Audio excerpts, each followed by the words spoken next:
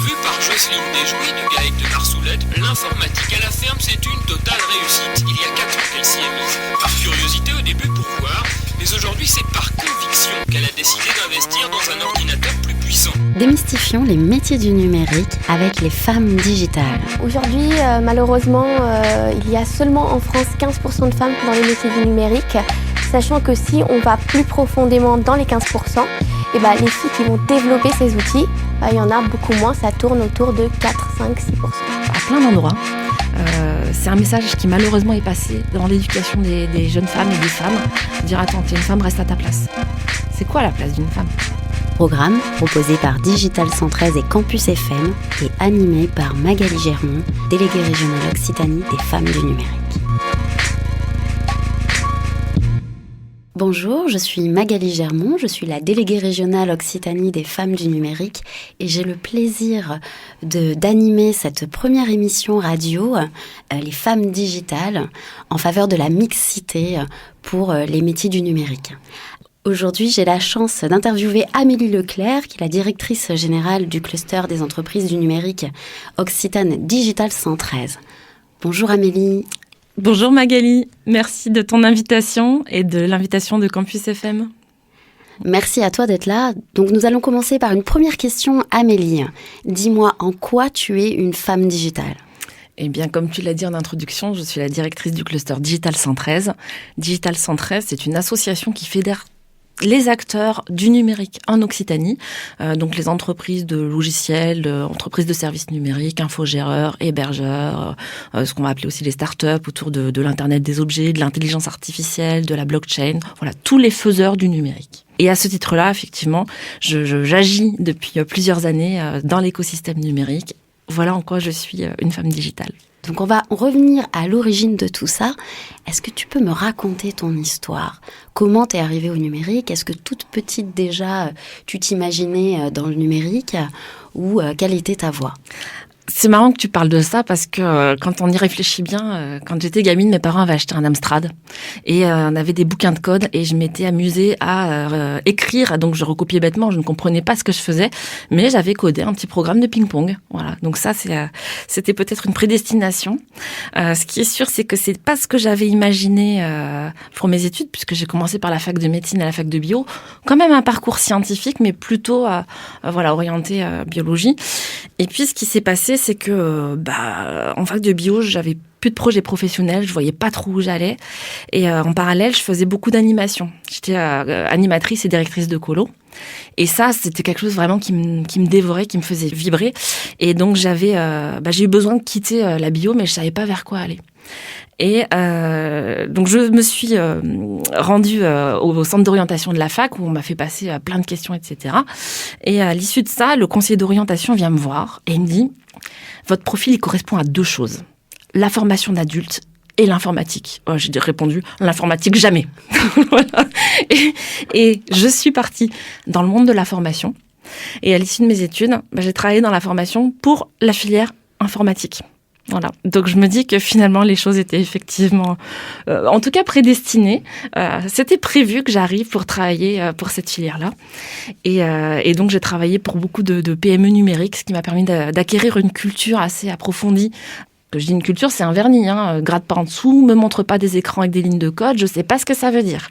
Mais je vais comprendre quand on va me parler de langage type Python, Java, quand on va me parler de framework, quand on va me parler d'infrastructure. Voilà, j'ai le vernis suffisant pour pouvoir échanger sur ces sujets-là. Voilà comment j'en suis arrivée au numérique. Ok, donc c'est vachement intéressant. Donc tu as commencé avec des tests finalement d'orientation qui t'ont donc donné deux voies possibles. Et alors pourquoi l'informatique non ? Pourquoi cette idée dès le départ de se dire non, pas l'informatique ? Est-ce que c'est parce que tu étais une femme et tu t'es dit non, c'est pas un job de femme ? Pourquoi ? Je pense qu'à l'époque, j'avais des représentations qui malheureusement subsistent aujourd'hui. L'informatique, c'est des maths. L'informatique, c'est un truc de geek boutonneux avec sa pizza derrière son bureau, qui est pas dans l'interaction, etc.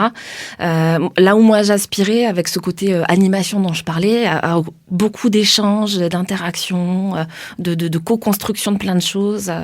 Et donc, je pense que je ne savais pas vraiment de quoi on parlait.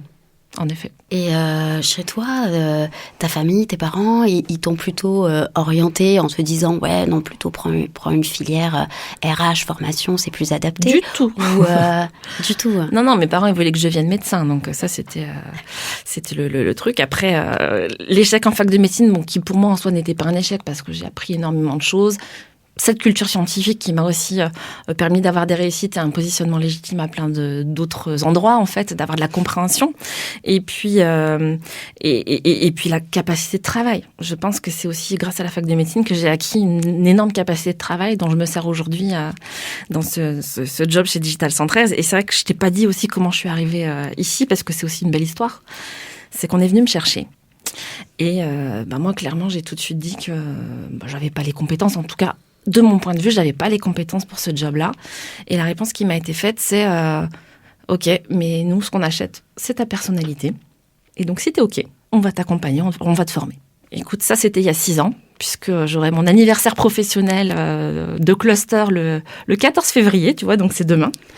Et puis, je pense que je suis encore là et que ça se passe pas si mal. Ouais, donc on est venu te chercher non pas sur des compétences, oui, mais pas sur des compétences CV un peu classiques, fiche de poste, offre d'emploi, etc. On est vraiment venu te chercher pour toi. Et ça, c'est hyper intéressant. Ça veut dire qu'aujourd'hui, dans le numérique, on recrute non seulement sur un CV des compétences, mais on recrute surtout des personnes et des personnalités. Et de plus en plus, je dirais. De plus en plus, et ça, c'est quelque chose que moi, je dis aussi quand je recrute, c'est que des compétences, ça s'acquiert. Une personnalité, c'est pas au moment du travail de la faire changer. Voilà. Et donc, ça donne la chance à plein de gens, j'ai envie de dire, dans tous les métiers possibles, et a fortiori, dans les métiers du numérique, et aussi pour les femmes, en réalité. Toi qui, du coup, côtoies énormément d'entreprises dans le numérique, quel est ton constat en tant que femme dans cette filière ? Alors, mon constat, c'est un constat qui date pas d'hier. Hein. C'est une filière qui... Bon, moi, ça fait, donc, on va dire, 12-15 ans que je travaille pour cette filière-là. Et ça fait 12-15 ans qu'on me dit il n'y a pas assez de femmes dans cette filière. La proportion de femmes dans la filière, c'est à peu près 27%, mais tout métier confondu. Donc, dedans, on met les métiers assez féminisés, RH, compta, com. Donc, si on regarde les plateaux techniques, on va dire, de dev, là, le taux, il descend drastiquement, voire parfois, il est à 0. Donc, mon constat, c'est que cette filière a tout à fait conscience de son manque de féminisation et de sa nécessité d'attirer les femmes et les jeunes femmes dans ces métiers-là. Et du coup, je trouve que ça se traduit par une bienveillance envers les femmes. Je pense qu'il y aura beaucoup plus d'attention pour pouvoir intégrer une nana dans une équipe plutôt technique. Voilà, ça c'est le sentiment que j'en ai et je crois qu'on le partage. Ça veut dire que toi, en fait, au quotidien, tu te sens dans un environnement bienveillant. Il n'y a pas de différence parce que tu es une femme. En plus, tu es une femme directrice, donc avec un poste haut placé, responsabilité. Clairement, ça c'est aussi l'histoire de ma vie. Tu parlais tout à l'heure de mon éducation. Il y a une chose que j'ai pas forcément évoquée, mais qui est important de dire, c'est que moi, on m'a jamais fait croire que parce que j'étais une nana, je pouvais pas aller loin. Au contraire, mes parents considéraient que j'avais des capacités intellectuelles, que j'avais des compétences, que j'avais du potentiel. Et ils m'ont plutôt encouragée à aller le plus loin possible. Et donc, à aucun moment dans ma carrière, dans mes différentes étapes, j'ai eu ce message de me dire t'es une nana, arrête-toi là, laisse tomber, quoi. C'est pas possible. C'est pas possible. Pas du tout.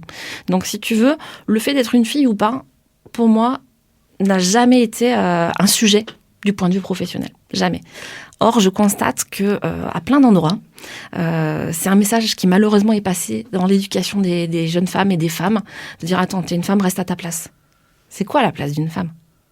Pour moi, elle peut être où elle veut, comme elle veut, faire ce qu'elle a envie de faire, et elle peut prendre n'importe quelle place dans la société. C'est mon point de vue, il n'est peut-être pas partagé par tous, mais c'est une conviction profonde, et je pense que ça passe aussi par l'éducation. Donc j'ai envie, s'il y a des gens qui nous entendent et qui ont des filles, éduquez-les, encouragez-les à faire ce pourquoi elles sont faites, ce qu'elles ont envie de faire, et de leur dire qu'elles peuvent y arriver quoi qu'il en soit. Ouais, j'entends que tu as vraiment reçu une super éducation très très positive qui t'a vraiment encouragée à faire ce que tu avais envie de faire. En tout cas, qui m'a pas freinée, ça c'est clair et net. Ben génial. Quel conseil pourrais-tu donner aux femmes pour entrer dans cette filière ? D'y aller. La première des choses, c'est de se rendre compte que ce sont des métiers riches, des métiers variés, des métiers qu'il n'est pas question de laisser aux mecs. Tout simplement, pourquoi ? Parce que ce sont des métiers d'échange, de communication, ce sont des métiers de construction, de diversité, tout ce que moi, j'avais pas vu quand j'étais à la fac. Et parfois, je me dis, si tu avais choisi cette voie-là, qu'est-ce que ce serait ? Et je m'interdis pas de me dire, si un jour je dois faire une reconversion, j'irai gratter un peu du côté des métiers du numérique, c'est clair.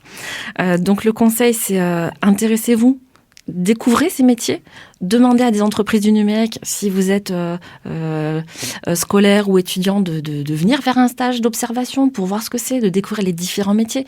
Parce que dans le numérique, il n'y a pas que les métiers du dev, il y a aussi tous les métiers qui tournent autour, on va dire, de tout ce qui est marketing produit, les avant-ventes, la formation, la mise en service. Enfin, il y a énormément de choses. Il y a de la gestion de projet, il y a des métiers de commerciaux. Donc les métiers du numérique sont vraiment extrêmement vastes et il y a de la place pour tout le monde et on a besoin des femmes. Je crois vraiment à la mixité dans les équipes de travail. Pas tout fille, pas tout garçon, mais vraiment la mixité, c'est ça le principe. Pour un bon équilibre et une bonne ambiance dans les équipes, ça me semble aussi un point clé. Merci beaucoup Amélie pour ce témoignage réel, vrai, éclairant sur toutes les possibilités que le numérique offre aux femmes. Donc, jeunes femmes qui nous écoutaient aujourd'hui, un seul conseil, il faut vraiment, vraiment ne pas hésiter à s'intéresser à cette filière. Il faut y aller. Il faut y aller. Alors, on finira par le mantra des femmes digitales. Le numérique, c'est une opportunité pour les femmes et les femmes sont une opportunité pour le numérique. Merci Amélie. Merci Magali. Donc nous étions avec Amélie Leclerc, la directrice générale du cluster Digital 113, qui nous a fait le plaisir d'accepter cette première interview des femmes digitales.